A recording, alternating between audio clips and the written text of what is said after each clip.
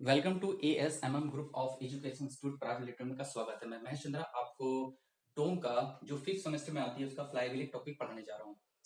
Flywheel basically हम जो देखा है आप लोगों ने इस्तेमाल करते हैं हम इंजन में, ठीक है, चारा मशीन्स में और बहुत जगह हम इसका इस्तेमाल करते हैं। हमने फ्लाईव्हील को क्यों इस्तेमाल किया आपको पता होना चाहिए। जैसे हमने देखा कि जब हम इंजन स्टार्ट करते हैं तो जब इंजन के अंदर एनर्जी जनरेट होती है तो क्या होता है, एनर्जी हमेशा फ्लक्चुएट करती है। जब आपने एक्सीलरेटर दिया तो हो सकता है एक्सीलरेटर आपने कम दिया ज्यादा दिया, तो जब एनर्जी कम और ज्यादा हो रही है इसका मतलब फ्यूल्स आप कम ज्यादा सप्लाई कर रहे हैं, तो मेरा जो आउटपुट आना चाहिए वो समान आना चाहिए। लेकिन आपकी एनर्जी कैसी हो रही है, असमान उत्पन्न हो रही है। तो मुझे जो असमान एनर्जी को है समान में बदलने के लिए मुझे फ्लाईव्हील की जरूरत पड़ी।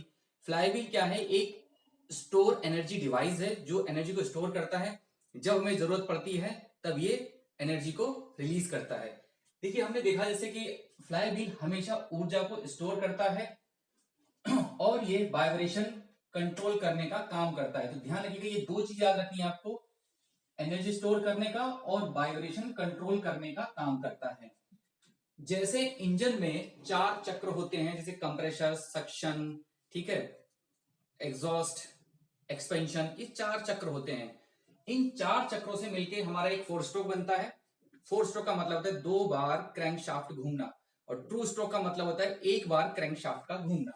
तो जो जैसे इंजन में चार चक्र होते हैं, इन चारों चक्र में ऊर्जा समान रूप से उत्पादित नहीं होती है। जैसे बोला गया कि कम और ज्यादा हो रही होगी, लेकिन ऊर्जा की खपत समान रूप से होती। जब का इंजन हो गया, गाड़ी चलने लगी, तो आपकी ऊर्जा जो है समान रूप से खपत होगी। तो आपको वो खपत बराबर बनाए रखनी की, ऐसा नहीं एक बार आप गाड़ी बहुत तेजी के साथ चला लिए, एक बार हल्के चला लिए, ऐसा नहीं है। ऊर्जा को हमेशा समान रूप से आपकी ऊर्जा खपत होगी, तो उसको क्या करेगा, ये फ्लाईव्हील मेंटेन करेगा, समान रूप से खपत होती है। ये ऊर्जा समान रूप से सुचारू रहे, इसीलिए फ्लाईव्हील का इस्तेमाल किया गया। ये फ्लाईव्हील एक ब्रिज का काम करता है, मतलब एक जोड़ने का काम करता है ये, ठीक है। जैसे देखा हमने पिस्टन, हमारे पास एक डायग्राम है, पिस्टन सिलेंडर अरेंजमेंट डायग्राम। यहाँ पर कुछ गैसेस भरी हुई हैं। ये गैसेस क्या करेंगी, जब पिस्टन पर अटैक करेंगी तो पिस्टन के साथ क्या लगेगी, पिस्टन रॉड लगी होगी। यहाँ पर क्रैंक शाफ्ट है, ये कनेक्टिंग रॉड लगी होगी, ठीक है। जब ये क्या करेगी, जब ये रोटेट करेगी तो ये क्या करेगा, रोटेट करेगा ऐसे ऐसे। यानी कि फ्लाईव्हील का काम क्या है कि जो रोटरी मोशन है उसको रेसिप्रोकेटिंग मोशन में कन्वर्ट करने का, ठीक है। यहां से उसने एनर्जी सप्लाई की और ये क्या कर रोटेट करेगा। रोटेट करने के बाद जो हमें एनर्जी चाहिए वो हमारी सप्लाई हो जाएगी सुचारू रूप से। अब पिस्टन एकदम तो उसको रोक नहीं देगी, पिस्टन में आप गाड़ी स्टार्ट की तो क्या होगा, ये सब रुके होंगे। अब स्थिर बल को गति बलों के कारण समान घूर्णन उत्पन्न नहीं होता है। मतलब अगर स्थिर बल हैं आपके, जो यहाँ पर स्थिर बल हैं लग रहे हैं, गति आपकी अभी नहीं है, गाड़ी आपने स्टार्ट की हुई है, तो गतिज ऊर्जा, गतिज बलों के कारण समान घूर्ण बल उत्पन्न नहीं होता है, जिसके कारण क्रैंक शाफ्ट में घुमाव परिवर्तन होता रहता है। मतलब ये घूमती रहेगी, जिसके कारण ऊर्जा का मान परिवर्तित होता रहता है, जिस कारण ऊर्जा भी परिवर्तित होती रहती, मतलब ऊपर नीचे हो रही होगी, तो मतलब इसका मतलब ऊर्जा भी क्या हो रही है, ऊपर नीचे हो रही है। मतलब क्या है, जैसे हमने पढ़ा कि P बराबर क्या होता है, रो जी एच। अगर मेरी हाइट भी हो रही तो मेरी पोटेंशियल एनर्जी भी क्या हो रही, घट बढ़ रही होगी। इसी परिवर्तन को कम करने के लिए फ्लाईव्हील का उपयोग किया गया। इंजन के अंदर उत्पन्न ऊर्जा के परिवर्तन और फ्लक्चुएशन को कम करके इंजन को समान गति पर चलाए रखने के लिए और इंजन के अंदर कम से कम वाइब्रेशन उत्पन्न ना हो, या कम से कम उत्पन्न हो रहा है तो बहुत कम उत्पन्न हो रहा है, ऐसा ना हो कि ये क्या करता है, जैसे गाड़ी देखो वाइब्रेट करती है तो वाइब्रेशन को कंट्रोल करता है, दूसरा एनर्जी को स्टोर करता है। जरा इतना लिखिए सब लोग, उसके बाद आगे चलते हैं। इतना नोट करिए और ये प्रॉपर नोट करते चलिए सब कुछ।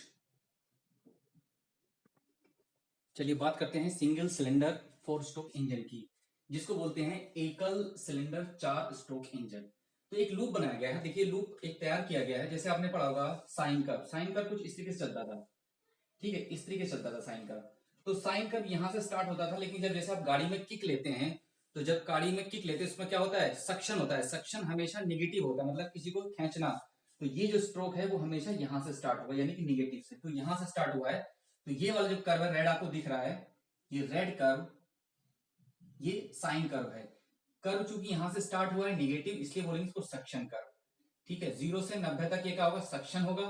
उसके बाद हमने क्या किया, जब सिलेंडर के अंदर गैसें भरेंगी तो क्या होता है, कंप्रेस होता है। कंप्रेशन के दौरान 180 से लेके 360 डिग्री तक क्या होता है, कंप्रेशन होता है। उसमें ऊर्जा की हमें क्या होती है, यहां पर एनर्जी क्या होती है, स्टोर होती है, और यहां पर रिलीज होती है। ठीक है, ऐसे ही ये क्या हो गया, वर्किंग स्ट्रोक, जहां से हमें हमारी जो रियर व्हील होता है वो स्टार्ट चलने लगता है, उसको बोलते हैं वर्किंग स्ट्रोक, जहां से हमें वर्क मिलेगा। उसके बाद क्या होता है कि यहाँ पर जो एग्जॉस्ट है वो रिलीज हो जाता है। तो हमने देखा यहाँ पर एक रेड लाइन, हमने एक जो ग्राफ बनाया वो टी और थीटा के बीच ग्राफ बनाया हुआ है। टी और थीटा मतलब टर्निंग मूवमेंट डायग्राम भी बोल सकते हैं इसको। जैसे आप लोगों ने देखा कि यहाँ पर हमने एक एवरेज लाइन ले ली, इसको बोलते हैं मीन टॉर्क लाइन। इसको क्या बोलते हैं, एवरेज मीन टॉर्क लाइन। मतलब ना ज्यादा वैल्यू ज्यादा होगी ना कम होगी, एक एवरेज वैल्यू हमने ले ली। क्योंकि मेरा इसमें क्या हो रहा है, फ्लक्चुएट हो रहा है, बार बार फ्लक्चुएट हो रहा है, तो फ्लक्चुएशन से मुझे लेना देना नहीं है, मुझे किससे मतलब है, मीन टॉर्क से मतलब है। ठीक है, अब हमने लिखा है कि 4 स्ट्रोक इंजन में क्रैंक 320 डिग्री घूमेगी। इतनी बात क्लियर हुई, 320 डिग्री। जब 320 डिग्री घूमेगी तो इसका मतलब ये हो गया कि क्रैंक के कितने चक्कर हो गए, 2 चक्कर हो गए। जब सक्शन होना है तब सिलेंडर के अंदर दाब वायुमंडलीय दाब से कम हो जाता है, इसलिए आरेख ऋणात्मक होगा, मतलब यहां से स्टार्ट होगा। इसके बाद दाब अधिक हो जाता है तो आरेख प्लस हो जाता है, यानी कि धनात्मक हो जाएगा। हमने बोला कि एरिया मतलब मेरा जो क्षेत्रफल है, कि मेरी जितनी क्रैंक शाफ्ट घूमेगी तो उतना ही तो काम करेगी, उतना ही तो एरिया कवर करेगी, टी इंटू थीटा। तो टी इंटू थीटा बोलता है एरिया। एरिया क्या होता है, वर्क डन पर रेवोल्यूशन, मतलब कार्य एक साइकिल में कितना कार्य किया गया। जो जितना क्रैंक घूमेगी उतना कार्य किया जाएगा। मतलब कितनी बार घूम रही है मेरी क्रैंक, 2 बार घूम रही है, मतलब कितने स्ट्रोक कर रही है, 4 स्ट्रोक कर रही है। तो बोल दिया गया जो मीन टॉर्क है area of T theta divide by 2 पाई, यहां से आपको मीन टॉर्क का फॉर्मूला मिल जाएगा, जो आपकी बुक में गिवन नहीं है। अगर टी की वैल्यू ज्यादा है, मतलब मान लीजिए टी का कोई भी आप गिवन है आपके पास और टी मीन आपने निकाला हुआ है, अगर फ्लाईव्हील टी ज्यादा आ रहा है मीन से, तो फ्लाईव्हील क्या करेगा, एक्सलेटर मतलब त्वरित होगा, मतलब प्लस होगा। अगर टी मीन ज्यादा है तो क्या करेगा, फ्लाईव्हील रुकेगा, मतलब एनर्जी अपनी खो देगा, यानी कि निगेटिव। ठीक है, तो इतना नोट करिए जरा फटाफट, फिर इसके बाद आगे चलते हैं। एक छोटा सा टॉपिक है और सिंपल टॉपिक बिल्कुल, इतना नोट करिएगा सब लोग, इतना नोट करिए सब लोग। चलिए अब आगे बात करते हैं मैक्सिमम फ्लक्चुएशन ऑफ एनर्जी, जिसको बोलते हैं बहु सिलेंडर इंजन के घुमाव आरेख से ऊर्जा का उच्चवाचन ज्ञात करना। कि मतलब हमने देखा कि जब इंजन चल रहा है, फ्लक्चुएट हो रहा है, तो उसमें ऊर्जा का अंतर कितना आ रहा है। तो हमने एक डायग्राम ले लिया सिंपल सा, जिसको टी थीटा के बीच एक ग्राफ लिया गया है, टी ऑन थीटा। जो हमने पहले मीन टॉर्क लाइन ली हुई, ये वाली मीन टॉर्क है। जो मीन टॉर्क है उसके ऊपर वाले को एरिया हमेशा प्लस रहेगा, जैसे A1 A2 क्या है, ये सब प्लस में रहेंगे। और A2 A4 A6 जो नीचे वाले हैं मीन टॉर्क के, वो सब नेगेटिव में रहेंगे। इतनी बात याद रखिएगा। Difference between maximum and minimum energies is known as fluctuation of energy. मतलब हिंदी में बोलेंगे मैक्सिमम ऊर्जा और मिनिमम ऊर्जा के अंतर को फ्लक्चुएशन ऑफ एनर्जी कहते हैं। जैसे हमने बोला इसको हमेशा डेल्टा ई से प्रदर्शित करते हैं, तो डेल्टा ई हो जाएगा अधिकतम ऊर्जा का मान माइनस न्यूनतम ऊर्जा का मान। ठीक है, जाहिर सी बात है, क्योंकि दोनों का अंतर होगा, क्योंकि फ्लक्चुएट हो रहा है, अप एंड डाउन हो रहा है आपका फ्लाईव्हील, तो उसमें फ्लक्चुएशन तो आएगा। एक बार प्लस भी हो सकता है, एक बार माइनस भी हो सकता है। तो हमने जितने वाली जो A1 A3 A5 ये सब प्लस रहेंगे, A2 A4 A5 माइनस में रहेंगे, हमने ऐसा बोल दिया। ठीक है, तो एनर्जी एट बी पॉइंट, यहां से यहां तक ये ग्राफ चला, तो एनर्जी एट बी पॉइंट, तो एनर्जी एट ए, यहां एनर्जी कितनी थी और उसने यहां तक चलने में कितना ग्राफ कवर किया, एरिया इतना कवर किया, तो कितनी एनर्जी होगी E प्लस A1। ऐसे ही energy at the point C कितना हो गया energy at the point C, तो यही तो ऐसे ही रहेगा E प्लस A1, लेकिन माइनस नीचे वाला हो जाएगा। ऐसे ही energy at D E plus A1, ये वैल्यू ऐसी रहेगी, बस प्लस A3 हो जाएगा। ऐसे ही एनर्जी एट E, तो ये क्या हो जाएगा, ये ऐसे ही रहेगा और माइनस का A4 हो जाएगा। ऐसे ही F पे रहेगा तो ये क्या हो जाएगा, A प्लस हो जाएगा, मतलब A5 प्लस हो जाएगा। ऐसे ही जब G पर आएंगे तो एनर्जी क्या हो जाएगी, -6 हो जाएगा। ठीक है, ऐसे करते चले जाएंगे, यानी कि यहां से शुरू हुए थे यहां पे खत्म हो गए। इसका मतलब ये हो गया एनर्जी एट G पॉइंट बराबर एनर्जी एट A पॉइंट। तो हमने बोल दिया, इसको बोल दो ये हमने कुछ भी बोल सकते हैं, हमने बोल दिया कि हमारे पास डाटा तो नहीं है, तो हमने इसको बोल दिया कि मेरे पास ये मैक्सिमम वैल्यू ये है, और हमने इसको बोल दिया कि मिनिमम वैल्यू मेरे पास ये है। कोई दो इक्वेशन हमने बोल दी, मिनिमम एनर्जी, तो डेल्टा E फॉर्मूला क्या था हमारे पास, अधिकतम ऊर्जा माइनस न्यूनतम, अधिकतम कितनी है E प्लस A1, और न्यूनतम कितनी है, ये है E plus A1 minus A2 plus A3 minus A4। अब जरूरी नहीं है कि मैंने ये वाली ली हुई है तो आप ये भी ले सकते हो, कोई इतना बड़ा कोई इशू नहीं है, क्योंकि हम एक डाटा रैंडम ही चल रहा है, हमारे पास अभी वैल्यू नहीं है किसी चीज की, तो हमने एक मिनिमम बोल दिया, एक मैक्सिमम बोल दिया अपने हिसाब से। मैक्सिमम हमेशा तो यही रहेगी, मिनिमम आप उसमें से कुछ भी ले सकते हो। ठीक है, तो इसको ओपन कर दीजिए, E प्लस A1 माइनस अंदर चलेगा minus E minus A2 plus ये A1 रहेगा, A1 plus A2 minus A3 plus A4। तो A1 से A1 कैंसिल, E से E कैंसिल, तो डेल्टा E कितना आ गया मेरे पास, ये निकल के आ गया A2 minus A3 plus A4। मेरे फ्लाई व्हील में कितनी मैक्सिमम फ्लक्चुएशन एनर्जी आ रही है, ये निकल के आ गया। और देखिएगा जैसे हमने डायग्राम शूट किया हुआ है, जैसे दिखा रहे हैं, वैसे ही आपके न्यूमेरिकल होने, बिल्कुल सेम, कुछ भी अलग नहीं होना है। तो इतना नोट करिएगा, जरा इतना नोट करिए सारी चीजें। यहां तक किसी को दिक्कत हो तो बोलिए, यहां तक किसी को कोई दिक्कत है तो बोलिए, जरा नोट करिए फटाफट। चलिए बात करते हैं कुछ गुणांक की। जैसे हमने यहाँ पर देखें विभिन्न गुणांक हैं, डिफरेंट कोफिशिएंट। अब हम कोफिशिएंट पढ़ेंगे, इसके बारे में कितने गुणांक हमारे पास है, दो तरह के गुणांक हैं। तो पहला है हमारे पास coefficient of fluctuation of energy, जिसको बोलते हैं हिंदी में ऊर्जा का उच्चवान गुणांक। जैसे अभी आपने पढ़ा कि मेरा जो साइकिल था वो ऐसे चल रहा था, अप एंड डाउन चल रहा था, ऊपर नीचे चल रहा था। ठीक है, तो प्लस माइनस उसमें कितनी फ्लक्चुएशन आई है उसको बोलेंगे coefficient of fluctuation of energy, कितना फ्लक्चुएट हुआ है। तो इंजन का अधिकतम ऊर्जा तथा एक चक्र में किए गए कार्य के अनुपात को coefficient of fluctuation of energy कहते हैं, जिसे हम के या कुछ बुकें सीई से प्रदर्शित करती हैं। जो के है ऊर्जा का उच्च वाचन है कार्य प्रति चक्र में, मतलब एक चक्र में कितना कार्य किया, मतलब एक स्ट्रोक में। तो भाई maximum fluctuation of energy divided work done in पर साइकिल, एक साइकिल में उसने कितना काम किया।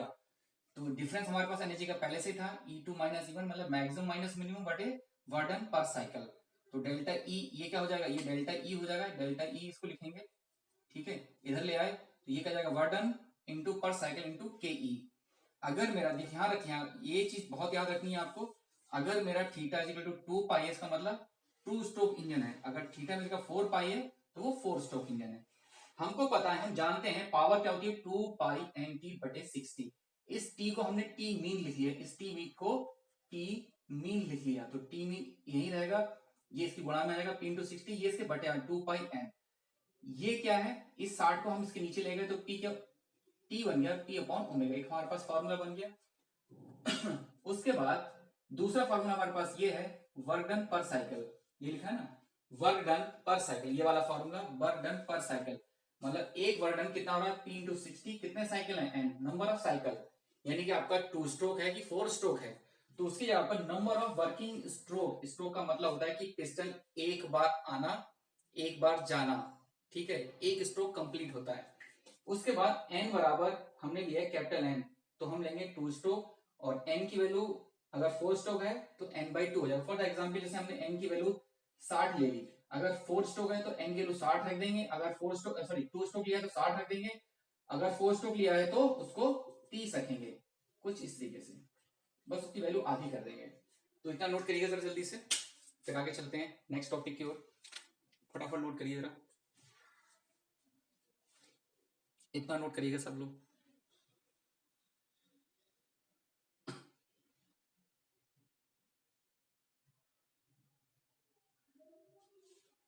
इतना नोट करिए।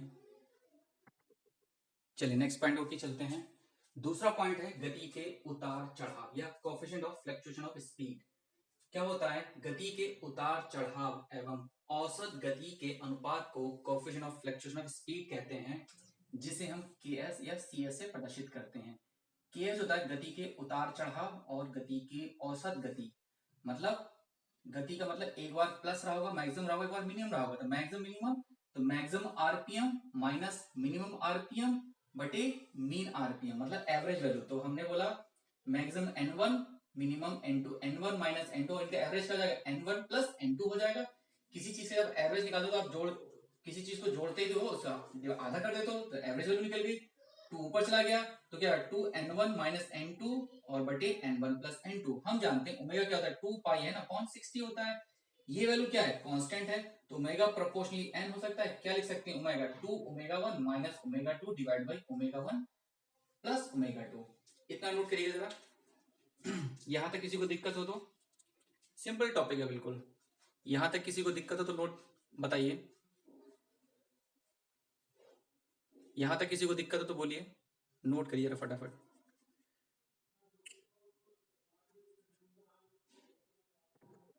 चलिए कुछ फॉर्मूले प्रूफ कर लेते हैं। पहला है हमारे पास गति पालक पहिए के पदार्थ की मात्रा की गणना करना। हम जानते हैं, अभी हमने प्रूफ किया था, delta E is equal to maximum energy minus minimum energy. तो एनर्जी क्या होती है, half I omega square minus half I omega minimum का स्क्वायर। जो आई है वो मोमेंट ऑफ इनर्शिया है, ओमेगा वो क्या है, एंगुलर रोटेशन है। तो अब हमने इसको और इसको कॉमन ले लिया, क्या बचा, omega square minus omega minimum का स्क्वायर। हमने कहा A square minus B square कैसे खोल दिया, omega maximum minus omega minimum और minus omega maximum plus omega minimum. ये जो दो था इसको यहां लेकर, तो ये क्या बन गया, ये एक एवरेज वैल्यू बन गई। तो यानी क्या बन गया, ये ओमेगा बन गया।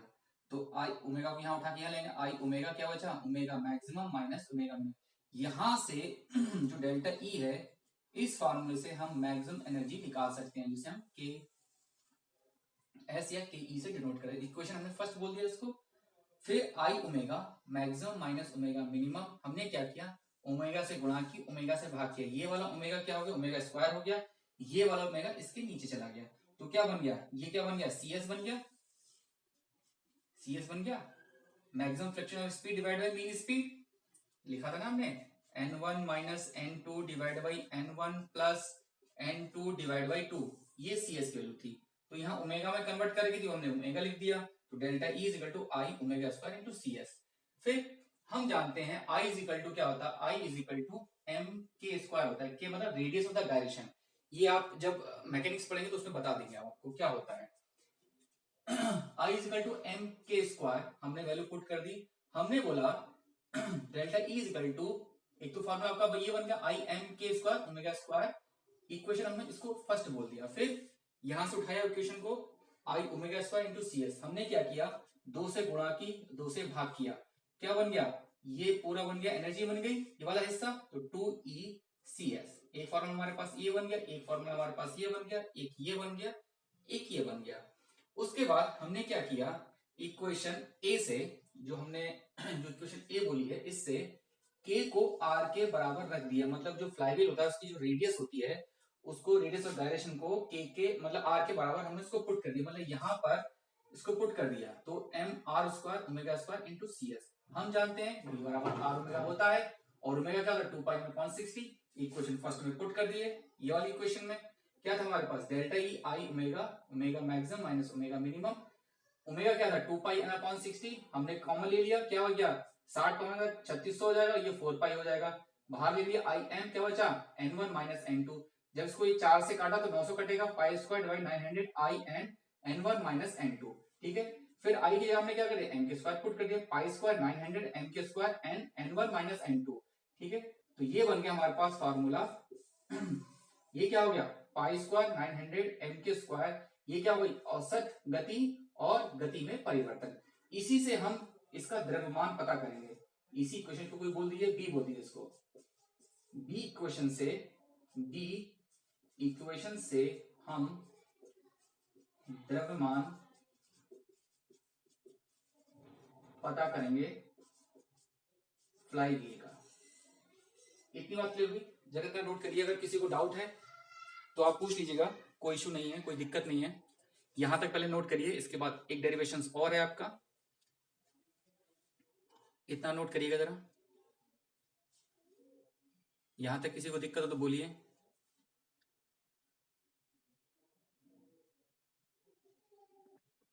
चलिए नेक्स्ट पॉइंट की ओर चलते हैं।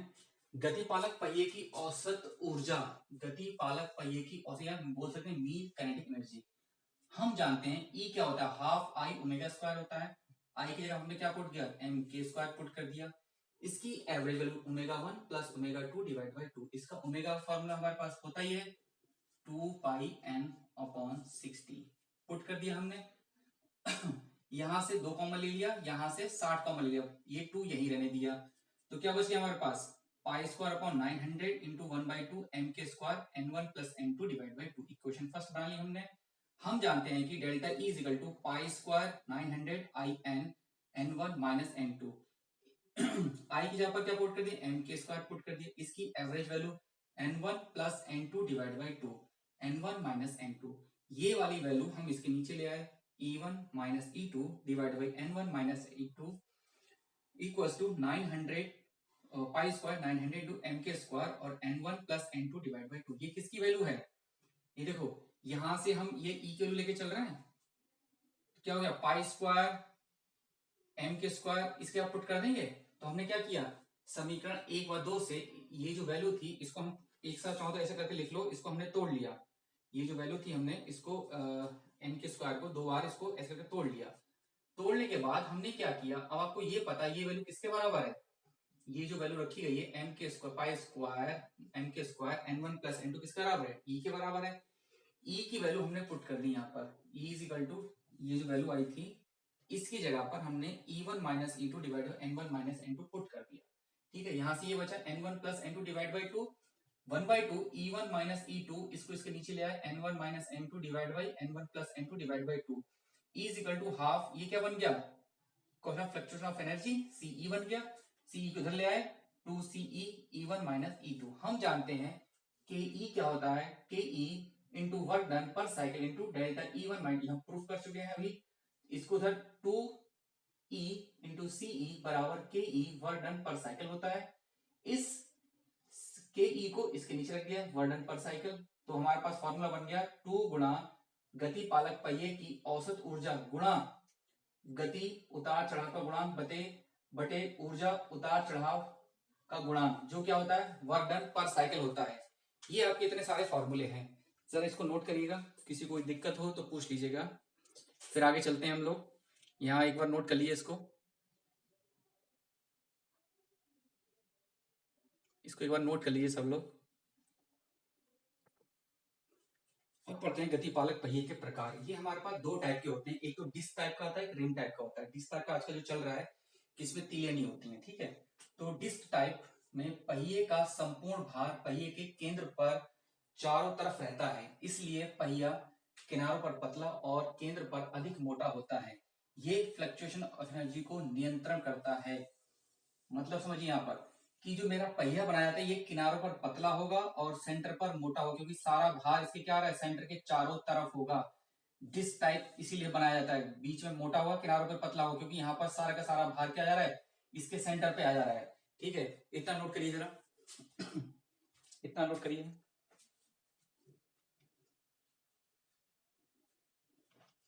यहां तक नोट कर लीजिए फटाफट।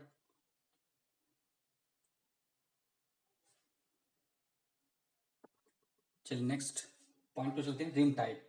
रिम टाइप पहिए का संपूर्ण भार रिम पर लगाया हुआ होता है। इसकी अधिक त्रिज्या, ध्यान रखिएगा, अधिक त्रिज्या होने के कारण ये फ्लक्चुएशन ऑफ एनर्जी को ज्यादा नियंत्रण कर सकता है, किसके, disc type brake, disc type rim से। इसलिए इसकी भुजाएं हमेशा आयताकार, वृत्तीय या वृत्ताकार होती है। जैसे आपने गाड़ी देखा होगा, जितने भी हैं तो आपकी या तो कुछ भुजाएं ऐसी होंगी, हल्की सी कर्व होंगी, ठीक है। तो इसका मतलब ये रेडियस भी इनका बढ़ गया।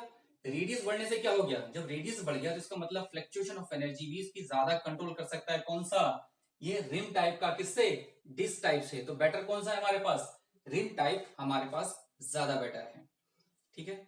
चलिए बस इतना रखते हैं, काफी है इतना। आपको अगर सही लगता हो तो इसको, चैनल को सब्सक्राइब करिए, लोगों को प्रमोट करिए।